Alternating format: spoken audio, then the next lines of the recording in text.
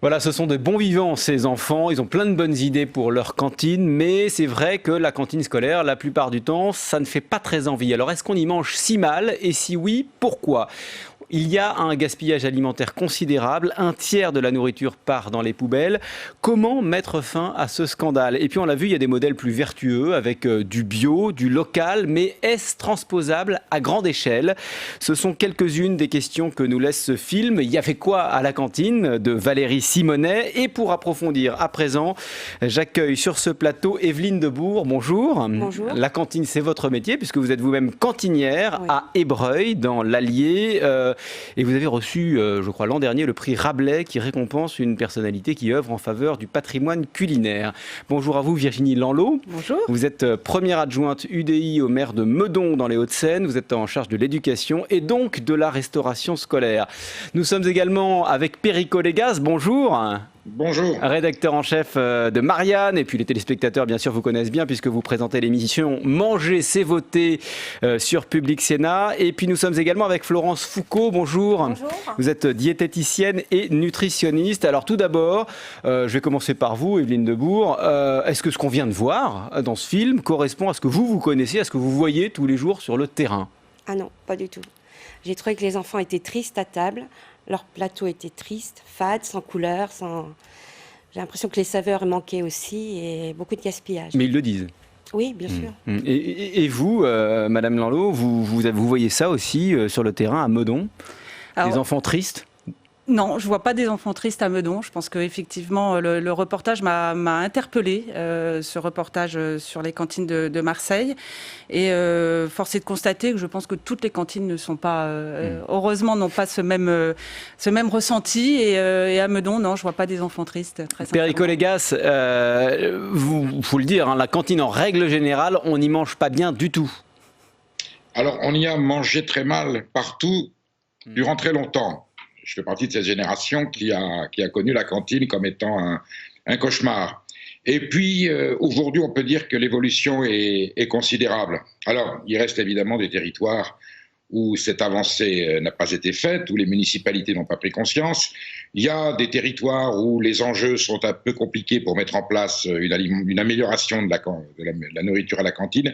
Mais dans l'ensemble, partout où les maires ont pu faire évoluer les enjeux, ça s'est plutôt bien passé. La prise de conscience aujourd'hui est totale, elle est générale, on connaît les enjeux, on sait les conséquences.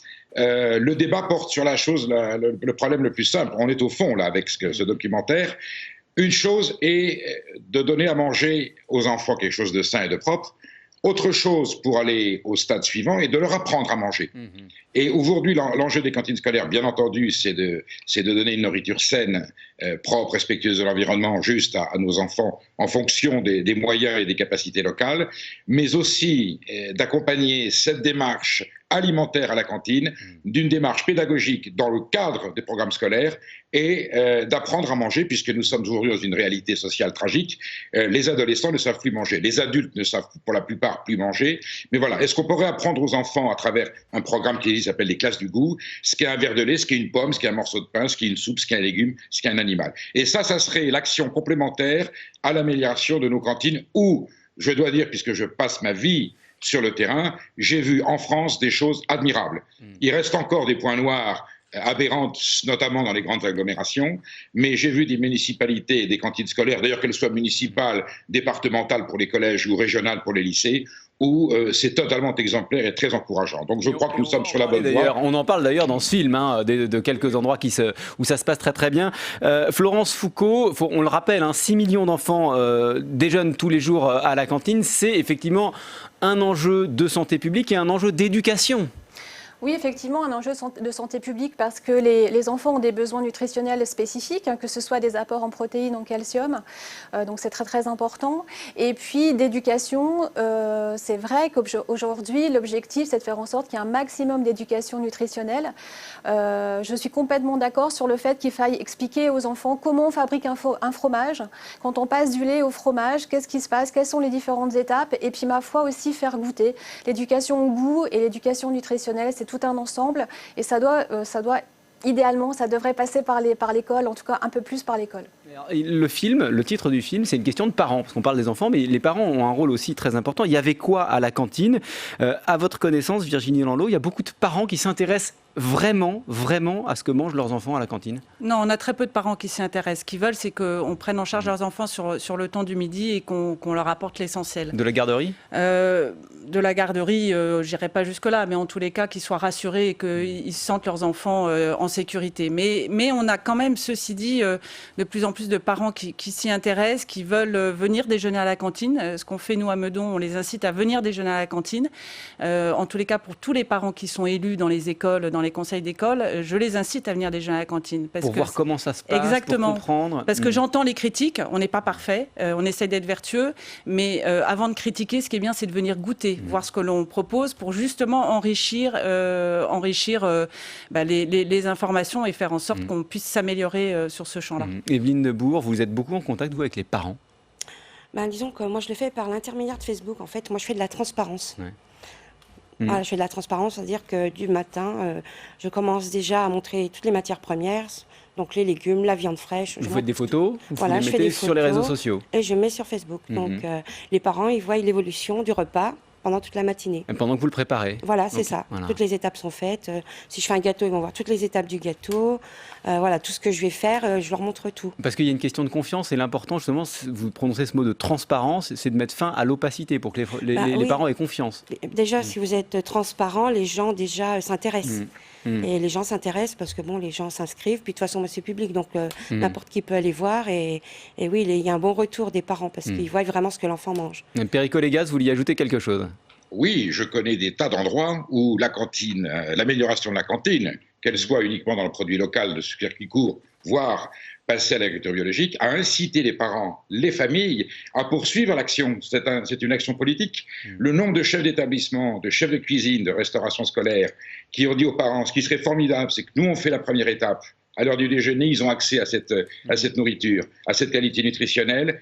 Quel dommage que le soir, vous ne continuiez pas dans cette démarche. Et je peux vous citer de nombreux cas des communes et des collèges où non seulement les familles se sont mises à refaire la cuisine à la maison avec des produits locaux, pour certains passer au bio. J'ai vu des communes où une épicerie bio s'est installée et des communes, je pense à Barjac dans le Gard, où l'agriculture locale s'est transformée au bio parce que le restaurant scolaire qui s'est étendu à d'autres communes, y compris pour les personnes âgées, a une telle demande de produits locaux bio que ça a développé cette économie. Donc il y a bien entendu les parents qui se débarrassent du problème en disant les enfants sont à la cantine, tant mieux, et le soir on continue à donner une nourriture conventionnelle. Et puis il y a ces collèges, il y a ces lycées, il y a ces écoles où il y a une démarche pédagogique, je dis une démarche sociale et politique, qui fait que les familles se sentent concernées, impliquées par l'initiative du chef d'établissement et veulent poursuivre ce formidable programme à l'intérieur de la famille et sur les menus et les repas du soir et du week-end. Florence Foucault, il n'est pas en train de nous vendre un peu du rêve, Perico Légas, là, les enfants qui font, par le biais de la cantine, l'éducation nutritionnelle de leurs parents? Mais en fait, c'est exactement ce qu'il faut faire, parce qu'aujourd'hui, ce sont les enfants qui vont devoir éduquer les parents. Si les enfants savent effectivement quels sont les bons apports, les bons types de produits, s'ils stimulent leurs parents à faire le marché le week-end, à se balader, à cuisiner, ne serait-ce que pour faire une tarte aux pommes, par exemple, moi, je crois aussi dans le fait que si les enfants ont cette information à l'école, ils peuvent transmettre aux parents. Et après, effectivement, c'est tout un mode de vie qui peut changer et donc une alimentation qui sera forcément différente et des apports nutritionnels qui seront différents et plus en adéquation avec les besoins des uns et des autres. Alors, il faut qu'on parle de notre film et notamment de ce cas de Marseille. D'un mot peut-être, vous qui connaissez bien l'univers de la cantine scolaire en général, Virginie Lanlot, est-ce que Marseille, c'est un cas particulier? 50 000 repas par jour, hein, on le rappelle, c'est unique en France, ça? C'est pas unique en France. Vous avez effectivement les grosses améliorations, les grosses agglomérations telles que Bordeaux ou Paris. C'est des quantités absolument astronomiques de repas qui sont faits par jour, mais c'est pas la majorité. Mais est-ce qu'on peut bien cuisiner dans ces conditions? Je pense que c'est surtout aussi les produits, c'est les produits qu'on y met aussi. Je crois que c'est ce qui ressort, enfin en tous les cas dans le reportage que j'ai vu, c'est les produits qu'on met dans l'assiette des enfants et la manière dont ça va être cuisiné. Mais 50 000 repas par jour, c'est vrai que c'est une quantité astronomique et que quand on compare à ce que vous faites avec 120 repas par jour, c'est vrai qu'on est sur une échelle totalement différente. Nous, on est à 3300 repas par jour, ce qui est quand même assez conséquent. Mais c'est surtout aussi la qualité. Et ce débat sur l'organisation, c'est-à-dire est-ce qu'il faut avoir recours au privé ou est-ce que ce serait mieux organisé par une instance publique ? Je ne sais pas s'il y a un modèle meilleur que l'autre. Ce qui est sûr, c'est que en fonction des villes, les organisations sont totalement différentes et c'est à nous, les politiques, et ça je le porte haut et fort, d'investir dans ce domaine-là et c'est nous qui avons la main, c'est les politiques qui investissent. Mais vous, à Meudon, en tout cas, dans les Hauts-de-Seine, c'est un modèle qui repose sur une société industrielle, sur la restauration industrielle. Tout à fait, mais on est sur un principe de marché qui est renouvelé tous les 4 ans, ce qui veut dire que ce n'est pas une DSP comme le cas à Marseille, où on est sur une durée de 15 ans. Délégation de service public. Exactement, voilà, que sur une durée de 15 ans, où là, 15 ans c'est long, donc pour faire évoluer... Et vous faites attention aux marges que réalisent ces sociétés, parce que ce qui ressort un peu de ce film, alors je ne sais pas si c'est un procès d'intention, mais c'est que ces sociétés, elles y trouvent de l'intérêt à vendre ce service aux municipalités. Elles font de la marge. C'est une société commerciale, donc pour qu'elle vive, il faut bien qu'elle fasse de la marge. Après, c'est nous, l'exigence que l'on demande dans le cahier des charges qu'on rédige, avec un certain nombre d'exigences sur les produits, leur provenance, le côté bio, le côté labellisé, les fromages, et on le contrôle. Oui, on le contrôle et on le vérifie sur le terrain. Et ça, c'est important. Après, c'est effectivement...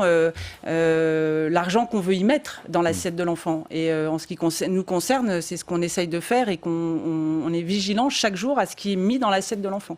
On va parler évidemment du coût, notamment de ces repas, savoir jusqu'à combien on peut aller pour que ce soit socialement acceptable. Je voudrais qu'on se concentre maintenant sur l'un des points très importants de ce documentaire, le gâchis, le gaspillage. Vous y faisiez allusion. On va d'abord regarder un court extrait qui pose très très bien les enjeux. C'est un peu dommage que ça finisse à la poubelle, mais bon, c'est pas très bon, quoi, donc on va pas se forcer à manger. Enfin...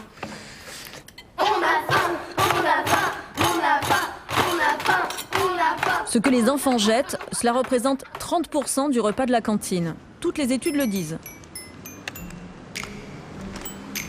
J'ai fait les poubelles des écoles, avec un léger haut le cœur. De la tarte, Je me suis interrogée. Si le tiers du plateau finit dans ces sacs à ordures, qu'est-ce qu'il reste dans les estomacs des enfants ? La seule mission de nourrir n'est déjà pas remplie. Sans compter le gâchis, 2 millions de repas par jour au pilon. Comment accepter un tel gaspillage ? Perico Légas, on est bien d'accord, un tiers des repas qui terminent à la poubelle, c'est un scandale. Oui. Ça peut être pire quelquefois, mais ça dépend ce que l'on va manger. Et je reviens à ma thématique de tout à l'heure. Si on donne des produits de qualité à un enfant et que sa culture gustative ne le prépare pas à goûter un produit frais, je peux vous raconter des choses cauchemardesques. J'étais il n'y a pas longtemps dans une grande préfecture de l'ouest de la France, dont je ne vais pas citer le nom pour ne pas la déshonorer. Le menu, c'était pizza industrielle, bien sûr, et bar Mars. Voilà. Et puis j'étais à Montsartou chez monsieur... Ça fait plaisir aux enfants peut-être, en tout cas en première intention. Alors, explication des autorités locales, c'est ce que les enfants demandent. Je leur ai demandé si les enfants demandent à rentrer chez eux à 14h30, est-ce qu'ils peuvent rentrer aussi ? Ah ben non, on m'a dit, là c'est pas possible. Et ben j'ai dit donc, on n'a pas à se soumettre au diktat des enfants. Et donc évidemment, tout ça est évolutif. Et je connais d'autres cas, alors le cas extrême, dans le bon sens, c'est la commune de Montsartou dans les Alpes-Maritimes, où la municipalité a acheté un terrain, il y a un potager municipal cultivé par les employés municipaux, tout ça a fait tache d'huile et fournit tout le monde, et on est à moins de 2% de gaspillage, parce que les enfants ont appris à aimer, ils dégustent, ils comprennent l'enjeu du contenu de leur assiette, visitent le potager, il y a des cours de pédagogie qui leur expliquent pourquoi il y a une amélioration de leur cantine, et on mange, on finit son assiette de bon cœur, voire celle du voisin. Vous voyez à quel point il peut y avoir de l'espoir. Allez à Rouen, allez à Lons-le-Saunier, où M. Pélisson, quand il était maire, a une cuisine intégrée qui fournit toutes les cantines de la ville, tous les restaurants scolaires et les hôpitaux. L'extrait du documentaire, parce qu'il y a aussi Montsartou dans ce documentaire, où c'est à peu près la situation que vous venez de décrire. Ça se multiplie. Mais Ça se multiplie, mais bon, quand même un mot sur, on va dire, la cuisine un peu démago qu'il peut y avoir parfois. Quand on demande aux enfants s'ils sont contents parce qu'il y avait des frites à la cantine, en général, ils vous répondent oui, Evelyne Debourg.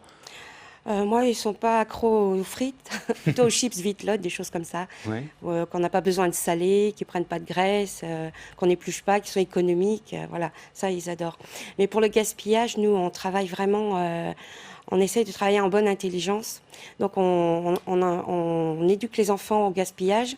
Donc, pour commencer, je tiens un cahier depuis plusieurs années où je note la matière brute, ce qui revient dans les plats, ce qui revient dans les assiettes des enfants. Et ce qui revient dans l'assiette des enfants, j'ai 3 ardoises qui vont être dispatchées dans les salles de réfectoire. Et le lendemain, les enfants vont pouvoir lire le nombre de repas qu'il y a eu, le gaspillage total et le gaspillage en grammage pour les enfants. Et vous avez progressé grâce à cette méthode ? On progresse, mais des fois on régresse parce que là, bon, après le confinement et les vacances, bon, évidemment, on repart sur un peu de gaspillage. On est à 44 grammes ces jours, alors qu'on est en dessous de 10 grammes. En général, on est à 2 grammes. Ça dépend vous des calculez périodes. en tout cas vraiment voilà, au gramme près Oui, ce qui est gaspillé. oui, c'est comme ça. Il faut cibler pour que les enfants en prennent conscience. Et des fois, ils viennent nous dire, on a beaucoup gaspillé hier. Voilà, ils sont un peu navrés de voir qu'il y a du gaspillage. On a un compost depuis une douzaine d'années, donc les déchets vont dans le compost. On a des copeaux de bois. Après, ça repart dans les espaces verts, donc c'est réutilisé. Mais nous, on travaille vraiment contre le gaspillage. C'est vraiment important. Florence Foucault, si autant de nourriture termine à la poubelle, est-ce que ça veut dire que beaucoup d'enfants ne mangent pas à leur faim ? Oui, c'est évident, parce que si ils ne consomment pas le repas, c'est qu'ils n'ont pas des apports suffisants pour la journée. Reste à évaluer, à comprendre pourquoi. Est-ce que c'est une vraie raison? Est-ce que c'est vraiment la nourriture qui n'est pas bonne? Est-ce qu'on n'a pas fait les bons choix? Est-ce que c'est l'environnement? Est-ce que ce sont aussi parfois les présentations? Parce que rien que la présentation joue beaucoup en fait pour donner envie aux enfants de consommer un plat. Est-ce qu'on leur a expliqué? Le maître mot de toute façon c'est éducation. Il faut effectivement les éduquer. Après la pizza, j'ai rien contre la pizza. À partir du moment où on a expliqué comment on fabrique la pâte, que la pâte sont des féculents, on peut mettre aussi des légumes de bonne qualité. Donc c'est un plat qui les aime. Mais si on leur explique et on utilise de bons ingrédients, on va forcément avoir des enfants qui vont dévorer la pizza au même titre que n'importe quel autre plat, si on leur a expliqué ce que c'était, à partir du moment où c'est bon et surtout si c'est aussi bien présenté. Il faut que ce soit, pour les enfants par exemple en bas âge, il faut aussi que ce soit ludique.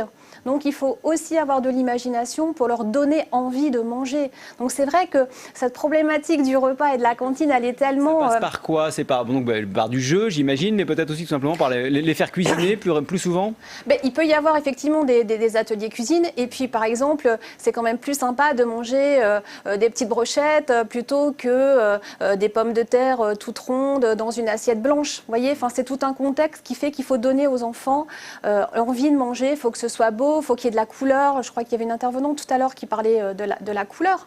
Il faut de la couleur dans l'assiette.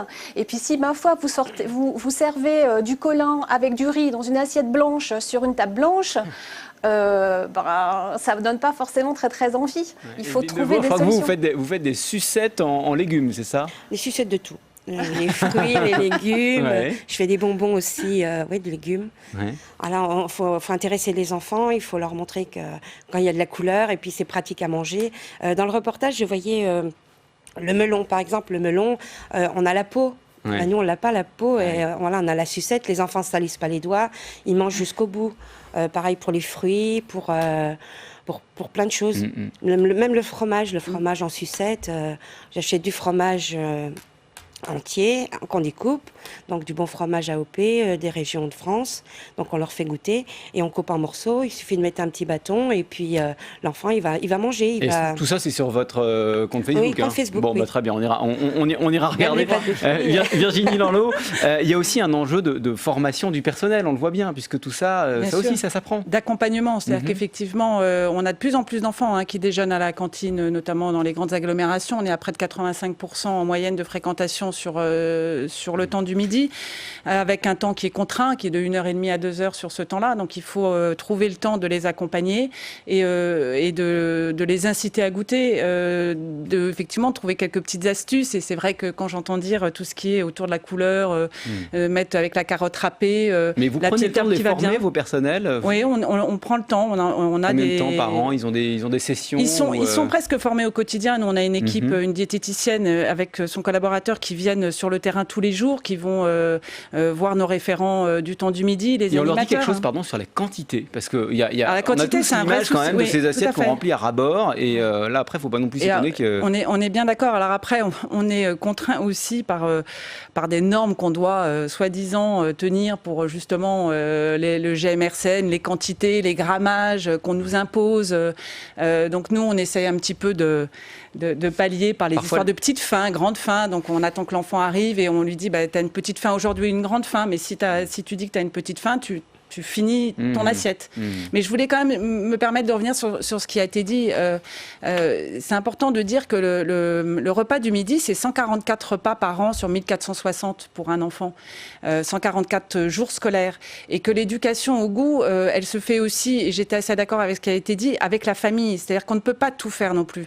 C'est vraiment un travail de coéducation et de partenariat. Quand je vois à la sortie de l'école des enfants qui récupèrent un paquet de chips et un soda, qui le soir... ne mangent pas équilibré et on nous réclame pour autant de faire des repas équilibrés sur le midi et c'est bien normal. Je pense qu'il y a aussi effectivement une éducation à faire auprès des familles, des parents et c'est par les enfants qu'on peut y arriver en essayant de mettre ce qu'il y a de bon dans leurs assiettes le midi. Alors on n'est pas parfait, on essaie de s'améliorer, mais je pense que chacun son sa rôle. responsabilité. Je pense que oui, il faut qu'on prenne conscience de ça. Ouais. Alors il y a beaucoup de choses, on a parlé, vous vouliez ajouter quelque chose sur ce sujet? Madame disait, on nous impose, mais nous, on peut disposer. Moi, je sais que j'ai régressé les grammages, parce que, voilà, il y a des parce que les normes, elles sont un petit peu élevées pour des appétits d'enfants. Voilà, les quantités qu'on vous la impose. chance qu'on a à Ébreuil, par exemple, c'est qu'on sert à table. Donc, on sert l'enfant directement. Donc, l'enfant, on connaît s'il a faim, s'il a moins faim, on connaît ce qu'il va manger ou pas. Et moi, je sais que cette année, j'ai diminué les grammages. On parle depuis tout à l'heure donc un petit peu de ce qui va mal, on a parlé un petit peu de ce qui allait bien et dans le film effectivement il y a cet exemple de Mouansartou qu'on évoquait, on va regarder un court extrait puis après on va se demander comment est-ce qu'on peut arriver à ce type de cantine, je dirais pas idéal mais presque. Un tiers de ce qui est cuisiné, un tiers de ce qui est acheté, un tiers de ce qui est produit par les agriculteurs est jeté. C'est fou. Mais dans quel monde on vit? C'est fou. Voilà. Et vous êtes arrivé à réduire ce... Alors, on a réussi à passer de 147 grammes, ce qui est la moyenne nationale. Et en fait, aujourd'hui, on oscille entre 30 et 40 grammes de moyenne. Donc, c'est une diminution de presque 80%. Et ça représente une économie de 20 centimes par repas de moins d'achat d'aliments parce qu'on ne nourrit plus la poubelle. Et c'est le moyen de se payer du bio avec le même budget. Voilà, donc là on le voit bien, il y a c'est vertueux, y compris économiquement, puisque finalement on fait une économie sur le gâchis qu'on peut réinjecter dans la qualité de l'alimentation. C'est le cas chez vous aussi? C'est ce qu'on essaye de faire. Pour limiter le gâchis, on est passé de 5 à 4 composantes. Parce qu'en fonction des cantines, on dit que vous avez 4 ou 5 composantes. On est passé à 4 composantes, mais alors par contre, on a relevé le niveau de la qualité des produits qu'on met dans les assiettes. Donc après, on a joué aussi sur les grammages, évidemment, ce que je vous disais auparavant. Et puis, on essaye de jouer là-dessus. Mais après, il y a effectivement toute l'éducation, représenter aux enfants plusieurs fois le même plat, essayer de leur faire goûter des goûts nouveaux, mais on s'aperçoit qu'à la maison, ces goûts nouveaux n'existent pas ou plus. Ou peu. Alors, il y a un point intéressant quand même dans le documentaire, parce qu'on sent une opposition entre la cuisine, on va dire, industrielle et puis quelque chose de plus local que vous pratiquez, Madame Debourg, qui évidemment est plus facile à pratiquer à petite échelle. Mais c'est bien d'opposer comme ça ce modèle industriel et un modèle plus artisanal. Je trouve que c'est bien que l'enfant puisse faire la différence entre un cordon bleu industriel et un cordon bleu qu'on va faire. Bien sûr, l'enfant il est habitué à manger l'industriel. Donc, il faut l'habituer. On sait qu'il faut qu'il goûte plusieurs fois fois pour apprécier, parce que la mémoire gustative, moi je les ai à partir de 3 ans, elle est vierge, donc pendant les 8 ans qu'on les a, elle va augmenter et il va apprendre plein de choses. Mais c'est bien de temps en temps de mettre l'industriel et le bien manger. Perico Légas, sur cette opposition entre l'industriel et, bon, j'appelle ça l'artisanal, mais... Je vais tenir un discours assez consensuel. Il faut rapprocher les convergences d'intérêts. Les industriels ont fait des efforts gigantesques, pas tous. Je prends la société API, elle applique des cahiers des charges qui sont totalement conformes aux besoins de circuits courts, de proximité. Et puis il y en a d'autres qui, parce qu'ils continuent à faire de la marge et du bénéfice avec la complicité des collectivités locales, continuent à faire de l'industriel dégueulasse parce que la démarche, elle est uniquement financière. Ceux-là deviennent, je ne vais pas dire minoritaires, mais encore un peu moins nombreux. Mais vous savez, il suffit que M. Julien Denormandie, ministre de l'Agriculture, et Jean-Michel Blanquer, ministre de l'Éducation nationale, aillent voir notre ami Gilles Perrol, qu'on vient de voir à Montsartou, et M. Pascal Brun à Bléré. Ils ont les codes pour appliquer, selon la catégorie, la situation et les enjeux, la façon de humaniser une cantine scolaire. À chaque cas, une solution différente, que l'agglomération soit énorme, dans quel territoire on se situe sur le plan climatologique, est-ce qu'il y a une proximité de produits agricoles ou de produits qui respectent l'environnement. Il n'y a que des solutions, c'est juste une décision politique. Vous savez, en France, on a un problème, c'est que ce ministère s'appelle l'instruction publique, parce que le rôle de l'État et de la République, c'est d'instruire les enfants en leur transmettant des savoirs, des enseignements et des connaissances. Et puis en 1925, comme Mussolini avait rebaptisé son ministère Éducation nationale, le gouvernement de la Troisième République a dit, c'est formidable, on va aussi appeler Éducation nationale. L'éducation, c'est l'affaire de la famille. Ce sont des valeurs, c'est de la morale, c'est du comportement social aux sociétés. L'école est là pour instruire. Et aujourd'hui, on a tout transposé sur l'école. Mais on sent bien que quand il s'agit de manger et de bien manger, on est un peu à la frontière entre les deux. Eh bien, il faut les deux. Il faut de l'éducation à table et instruire sur le contenu de l'assiette, comme disent nos nutritionnistes. Et c'est la convergence de ces deux démarches qui rendra des cantines scolaires et des repas familiaux où on fera la cuisine à la hauteur des enjeux de ce jour. Le Covid nous a montré que le contenu de l'assiette déterminait l'avenir de notre planète et de notre société. Eh bien, je pense qu'aujourd'hui, que la classe politique et les responsables des établissements scolaires ont tous les éléments et toutes les connaissances pour prendre des mesures courageuses qui résolvent enfin les problèmes que l'on n'a pas résolus. Alors, je voudrais reposer la même question à Florence Foucault, diététicienne, nutritionniste.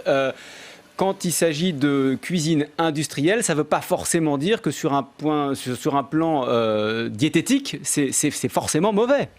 Et comme disait l'intervenant tout à l'heure, normalement il y a une réglementation sur les grammages, sur les apports en protéines, sur les apports en calcium.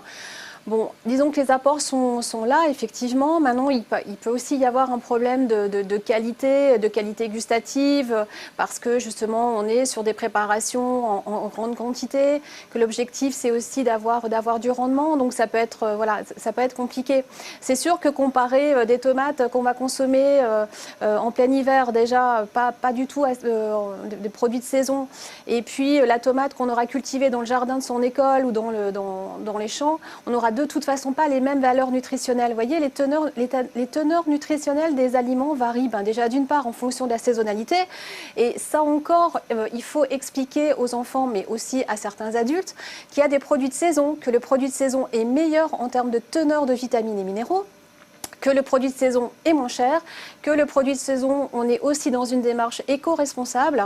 Et voilà, donc c'est toute une globalité qu'il faut aussi soit éduquer, enseigner pour faire en sorte que au niveau des apports et au niveau des repas, on puisse améliorer. Mais c'est vrai que ça demande beaucoup d'impulsion, beaucoup de volonté et beaucoup de travail pour faire en sorte que ça avance, même si je suis aussi d'accord pour dire que certains industriels ont fait des efforts au niveau de la présentation de certains produits, au niveau de la qualité. Donc on ne va pas non plus dire que les industriels font forcément que des mauvais repas. On a aussi des industriels qui s'engagent et qui font en sorte qu'il y ait par exemple moins de sel dans certains types de produits ou moins de sucre dans d'autres. Mais effectivement, on a un gap toujours entre le produit industriel et le fait maison. Vous parlez des potagers notamment, c'est très sympathique, mais est-ce qu'on n'est pas en train de se bercer d'illusions? Là, je me tourne vers vous, Virginie Lanlot, parce que c'est assez facile quand on est à Ébreuil, dans l'Allier, d'avoir un petit ou un grand potager pour nourrir des enfants de la cantine. C'est plus difficile quand on est à Paris ou en proche banlieue, comme à Meudon, dans les Hauts-de-Seine. Alors à moins de couper les arbres de la forêt de Meudon, on n'a pas de champs en proximité. Pour autant, on est quand même dans une région Île-de-France où il y a des maraîchers.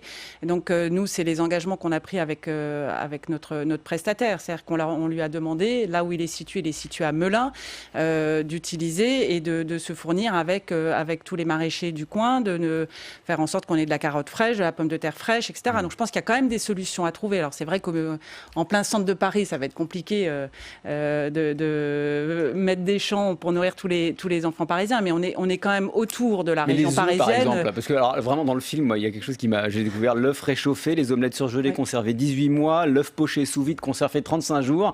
Ça, c'est encore possible ? Alors, chez nous, non.